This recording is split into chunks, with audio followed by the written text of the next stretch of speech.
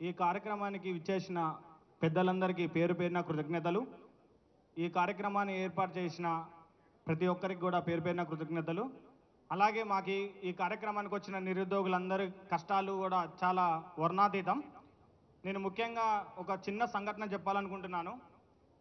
2023 June 16వ తారీఖు నుంచి హైదరాబాద్లో అడుగుపెట్టిన కాంచి ఈ 2 సంవత్సరాలు అలుపెరగని పోరాటం చేస్తున్నాం. ఈ పోరాటంలో 18 మంది నాతో పోరాటం చేస్తున్న స్నేహితులందరూ మరణించడం జరిగింది. ఈ పోరాటంలో ఇప్పటికీ ఈ కేసు జీవో నెంబర్ 46 కేసు అనేది సుప్రీంకోర్టులో నడుస్తూనే ఉంది. గిందాక మీరు ఆ మీడియాలో చూసింది నన్నే. హైకోర్టు ముందు కళ్ళంబట్టి నీళ్లు పెట్టుకుని ఏడ్చింది, సెక్రటరియట్ దగ్గర దెబ్బలు తిన్నది అన్నీ మేమే. కానీ ఒక చిన్న సంఘటన చెప్తాం మీ అందరికీ.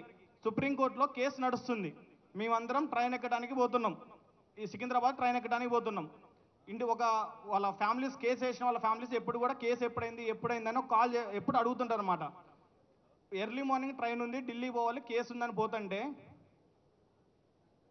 కేసులో ఉన్న ఒక మిత్రుడు వాళ్ళ నాన్న చిన్న ఏమైందని కేసు అడిగితే అంకుల్ ఢిల్లీ పోతున్నామని చెప్తే నా కొడుకు చచ్చిపోయిండు చిన్న, దినానికి రాండి అని ఫోన్ చేసిండు. సుప్రీంకోర్టులో కేసు నడుస్తుంది, కన్న తండ్రి కొడుకు దినానికి రమ్మని చెప్పిండు. అసలు మేము ఓట్లు వేసిన రోజేమో కాంగ్రెస్ ప్రభుత్వం మేము అధికారంలోకి రాగానే జీవో నెంబర్ 46 రద్దు చేసి నష్టపోయిన ప్రతి ఒక్క బాధితుడికి వెంటనే అపాయింట్మెంట్లు ఇస్తున్నాం. కానీ హైదరాబాద్లో ఒక్క సీట్ రాకుండా కాంగ్రెస్ పార్టీ మొత్తం ఎల్బీ నగర్లో మమ్మల్ని అందరూ నిరూపించి ఎల్బీ నగర్లో నియామక పత్రాలు ఇచ్చింది. ఆ రోజు మమ్మల్ని అందరినీ టాస్క్ ఫోర్స్తోనే ఎత్తుకొని వచ్చిపోయారు అనమాట. ఇలాంటి సంఘటనలు చాలా ఉన్నాయి. అసలు ఎందుకు ఓటేసామా అనే, ఇప్పుడు నేను ఫోన్ చేసి అడిగిన అనుకో, ఎందుకు ఓటేశారు మీరే కదా ఎన్నుకున్న ప్రభుత్వాన్ని మాట్లాడుతున్నారు. దీనికి ఏ సమాధానం చెప్పాలో అర్థం కాని పరిస్థితులు ఉంది. ఇక్కడ నా మిత్రులందరూ కూడా ఈరోజు ఇక్కడ నిలబడ్డారు, మెరిట్ మార్కులు స్టూడెంట్స్. వీళ్ళు ఏ పాపం చేసిరని ఈరోజు ఇక్కడికి రావాల్సి వచ్చింది.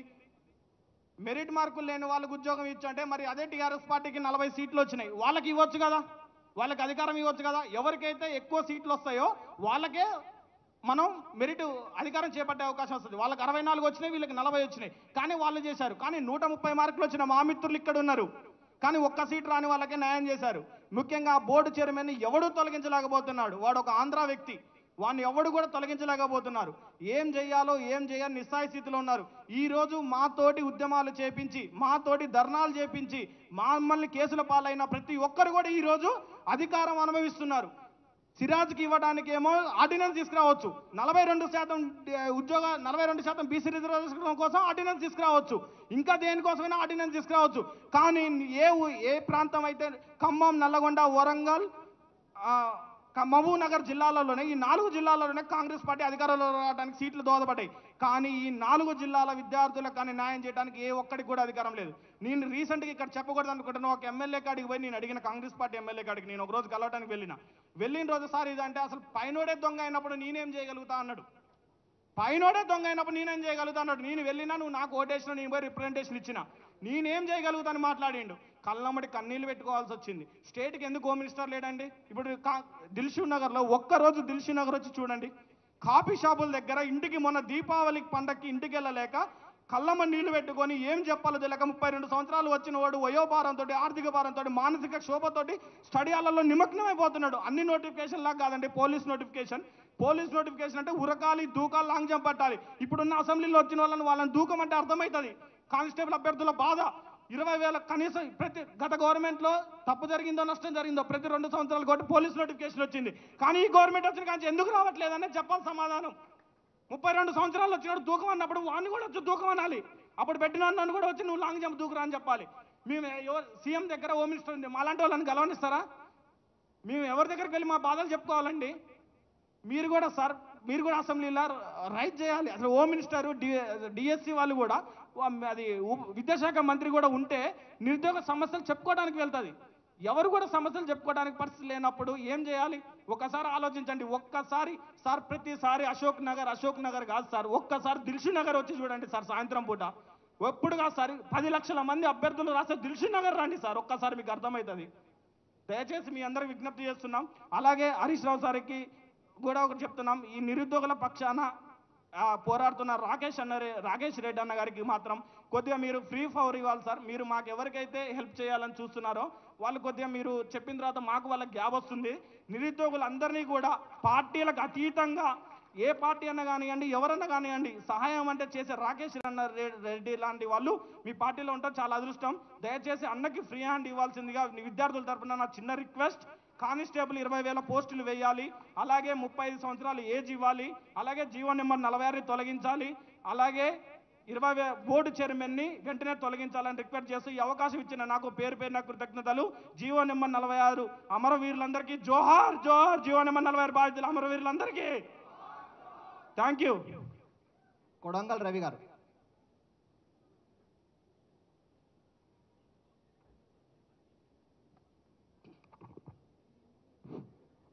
జై తెలంగాణ. మీకు చేతులు లేవా? మీరు జై తెలంగాణ అని కొడితే మన కడుపులు కాల్చుకొని ఇక్కడికి వచ్చినాము. మీకు చేతులతో కొడితే ఇక్కడ నుండి వయా పరిగి తీసుకొని కోడంగల్లో వినబడాలి, మా కోడంగల్లో వినబడాలి. మీరు ఎట్లా కొడతారు చూస్తారు. జై తెలంగాణ, జై తెలంగాణ, జోహర్ తెలంగాణ విద్యార్థి అమరవీరులకు, జోహర్ తెలంగాణ విద్యార్థి అమరవీరులకు. స్టేజ్ మీద చేయలేవా?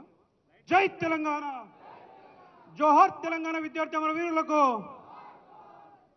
ముందుగా మేము ఈ ప్రోగ్రాం నిర్వహించాలని అనుకున్నప్పుడు కేటీఆర్ అన్నని అట్లానే హరీష్ అన్నని కలిసినప్పుడు తప్పకుండా మీ వెంట మేము ఉంటాం, తప్పకుండా మీకు టైం ఇస్తామని చెప్పారు. యాక్చువల్లీ టైం ఇవ్వరు అనుకున్న, జూబ్లీహిల్స్ ఎన్నికలు కాబట్టి టైం ఇవ్వరు అనుకున్నాం, కానీ టైం ఇచ్చిండ్రు. ఆ తర్వాత జాన్వేష్లన్నని కానీ ఆర్ కృష్ణన్నని కానీ మిగతా అన్ని పార్టీల లీడర్లను కలిసినప్పుడు టైం ఇస్తామన్నారు. జాన్వేష్లన్న కూడా అతి తొందరలోనే వస్తున్నారు. మీకు అందరూ కూడా తెలంగాణ నిరుద్యోగ జేఏసీ తరఫున ప్రత్యేక కృతజ్ఞతలు తెలియజేస్తా ఉన్నాం ముందుగా. అయితే ఈరోజు ప్రధానంగా మనం గుర్తుంచుకోవాల్సింది ఏంటంటే రాష్ట్రంలో సివిల్ సర్వీస్ స్థాయి ఉద్యోగాలు అంటే గ్రూప్ 1 ఉద్యోగాలు. ఆ గ్రూప్ 1 ఉద్యోగాల్లోనే మీకు వివరించదలుచుకున్నది ఏంటంటే 2 నిమిషాల్లోనే వివరిస్తా, టైం లేదు కాబట్టి. గ్రూప్ 1 ఉద్యోగాల్లో ప్రధానంగా మేము ప్రిలిమ్స్లో రాసిన రోజు చెప్పినాం, ప్రిలిమ్స్లో దాదాపు 14 తప్పులు ఉన్నాయి. ఈ ప్రిలిమ్స్లో 14 తప్పులు ఉన్నాయి కాబట్టి అవి తీసేయండి, కీలో కూడా తప్పులు వేసిండు తీసేయండి అని చెప్పినాం.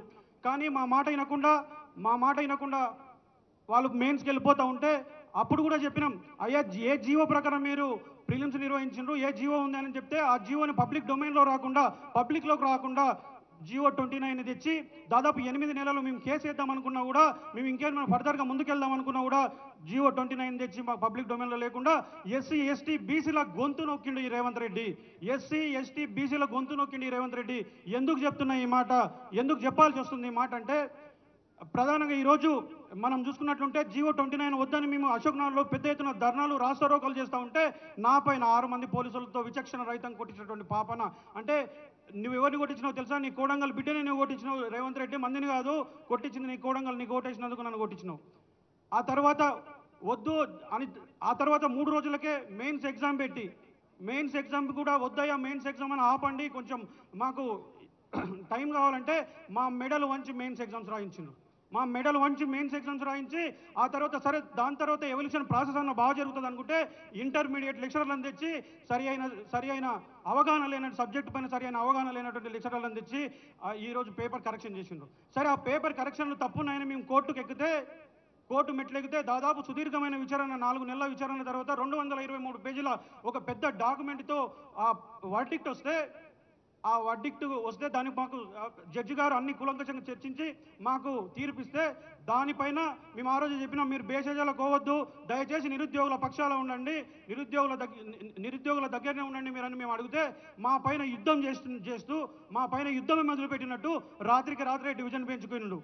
ఎందుకు మా పైన మీకు ఓట్లేసి గెలిపించుకున్నందుక మా పైన మీకు ఇంత కక్ష, మీకు ఓట్లేసినందుక మీ ఎంట తిరిగినందుక మా పైన ఇంత కక్ష. ఇక ఆ తర్వాత డివిజన్ బెంచ్కి ఊకున్నారా? డివిజన్ బెంచ్లో స్టే తెచ్చుకొని ఒకటే రోజు రాత్రి దొంగలు చేసినట్టు రాత్రి 1 గంటలకు రిజల్ట్ ఇచ్చిండు. రాత్రి 1 గంటలకు రిజల్ట్ ఇచ్చి ఒక్కరోజు ఆగి అపాయింట్మెంట్ ఆర్డర్స్ ఇస్తారా?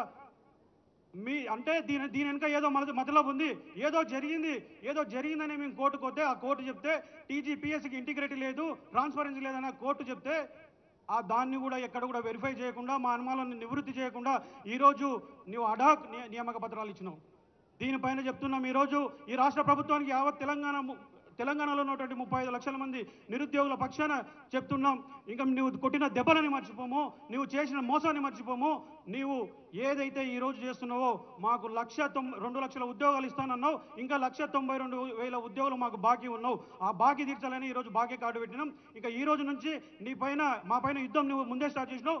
ఈ రోజు 30 లక్షల మంది నిరుద్యోగుల పక్షాన చెప్తా ఉన్నా, అమ్మా మా అమ్మలకు, మా అక్కలకు, మా తల్లులకు, మా అన్నలకు అందరికి కూడా ఈ వేదిక మీ నుండి ఒక చేతులెత్తి నమస్కరించి అడుగుతా ఉన్నా, ఇంకా కాంగ్రెస్ పార్టీ మమ్మల్ని మోసం చేసింది, మా తల్లిదండ్రులు, మా అక్కలు మమ్మల్ని రక్షించుకుంటారో లేకపోతే ఈ కాంగ్రెస్ మమ్మల్ని భక్షించే విధంగా చేస్తారో మీరే ఆలోచన చేసుకోండి. ఇంకా చివరిగా నేను చెప్పాల్సింది ఏంటంటే, ఈ బాకీ కార్డుకు సహకరించిన నా నిరుద్యోగ జేఏసీ మిత్రులందరూ కూడా ప్రత్యేక ధన్యవాదాలు తెలియజేస్తూ, ఈ అవకాశం ఇచ్చిన అందరూ కూడా పేరు పేరును శిరస్సు వంచి నమస్కరిస్తూ ముగిస్తా ఉన్నాను. ఈ కార్యక్రమాన్ని ఉద్దేశించి సమయభావం వల్ల అశోక్